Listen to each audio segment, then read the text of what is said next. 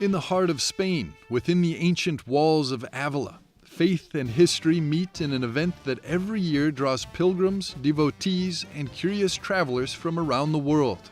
It is October the 15th, the day the city celebrates its most illustrious daughter, Saint Teresa the Mystic, a reformer and the first woman to be proclaimed a doctor of the Church.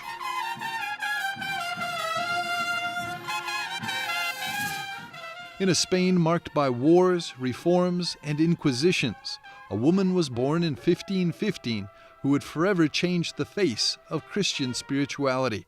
Pensiamo che pochi anni prima, And we must remember that just a few years before Teresa's birth, the Protestant Reformation had erupted. All of Lutheran theology was emerging.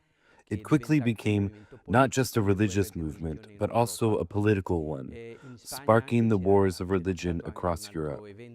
Teresa witnesses the suffering of the Church, and in her heart arises a deep desire to lift it up, to heal the wounds inflicted upon it. le ferite che si producono nella Chiesa.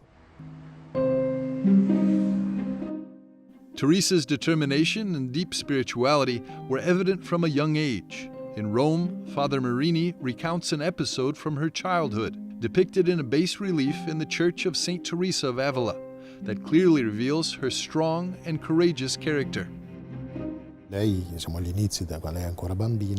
This episode from Teresa's life takes us back to her early years, when she was still a child. Together with her brother, she ran away from home, wanting to go and be martyred by the Moors.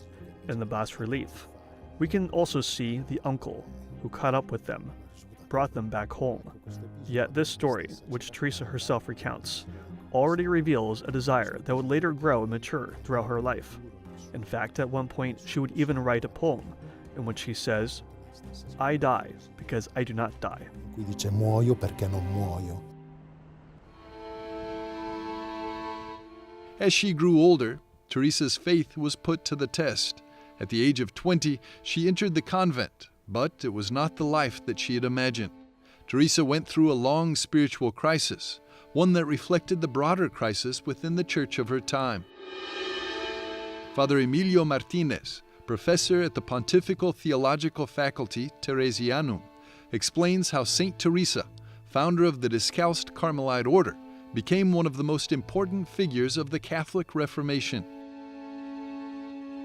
Lei infatti nelle sue fondazioni In her foundations, she sought a much simpler environment, reducing the number of nuns living in the monasteries, leading a stricter and above all more isolated life, but not out of a love for harsh penance or an excessive focus on asceticism, rather so that the nuns could be free and not have to submit to the constant coming and going of people within the monastery. Her life in the convent was marked by illness, but it was precisely through suffering that something extraordinary happened. La famosa esperienza della trasverberazione. The famous experience of the transverberation, which we also see represented here nearby in the Church of Santa Maria della Victoria, Bernini's celebrated ecstasy of St. Teresa. It was there that she lived through this extraordinary experience of the angel piercing her heart. She describes how, in that moment, she felt as though she were dying, yet at the same time, experiencing an infinite delight, a sweetness so intense that it made her long for that death to be fulfilled. Quella morte si compia.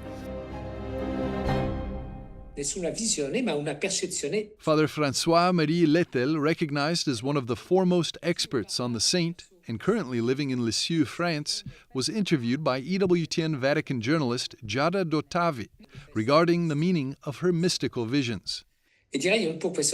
I would say that this transverberation is somewhat the equivalent of St. Francis's stigmata, founders who receive a special grace of communion with Christ, sharing in Christ's sufferings for a fruitful purpose, for a greater work. Besides founding convents, Teresa was also a writer. Her works, such as the interior castle, are masterpieces of mystical literature. Castello interiore che è come una sintesi. The interior castle is essentially a synthesis of all her spirituality, a profound reflection on the words of Jesus in the Gospel of John. Whoever loves me will keep my word, and my Father will love him, and we will come to him and make our dwelling with him. Lui, la nostra dimora. Teresa spoke of the soul as a castle made up of many rooms, with God dwelling at the center. Diciamo, quello in cui lei descrive It's a work in which she describes the path that the Christian must take to enter into themselves. In a way, we could call it a kind of spiritual GPS, a navigator of the soul. You may be going through certain emotions or situations and think they're just sadness or anxiety or inner unrest. But Teresa tells you, look, there's a depth in all of this that has to do with your relationship with God, whether it's present or absent, whether you're living with it well or struggling with it, whether it's guiding you or whether you're running away from it. o dal quale tu stai sfuggendo. Pope Paul VI in 1970 recognized the universal and enduring value of her teachings, bestowing upon her the title of Doctor of the Church. Nella Basilica di San Pietro, in Vaticano, In St. Peter's Basilica in the Vatican, as soon as you enter, look to the right and you will see the statue of Saint Mother Teresa of Jesus. We call her Saint and Mother because she is our foundress. Teresa was declared a doctor of the Church because, through her written teachings conveyed in her works and letters, she is able to illuminate the spiritual life of every Christian. In other words, Teresa is a teacher of the Christian life. She is a figure who guides us so that we can fulfill the vocation to which we were called at our baptism. And it is for this reason that Pope Paul VI declared her a doctor of the Church. Paolo VI l'ha dichiarata dottore della Chiesa.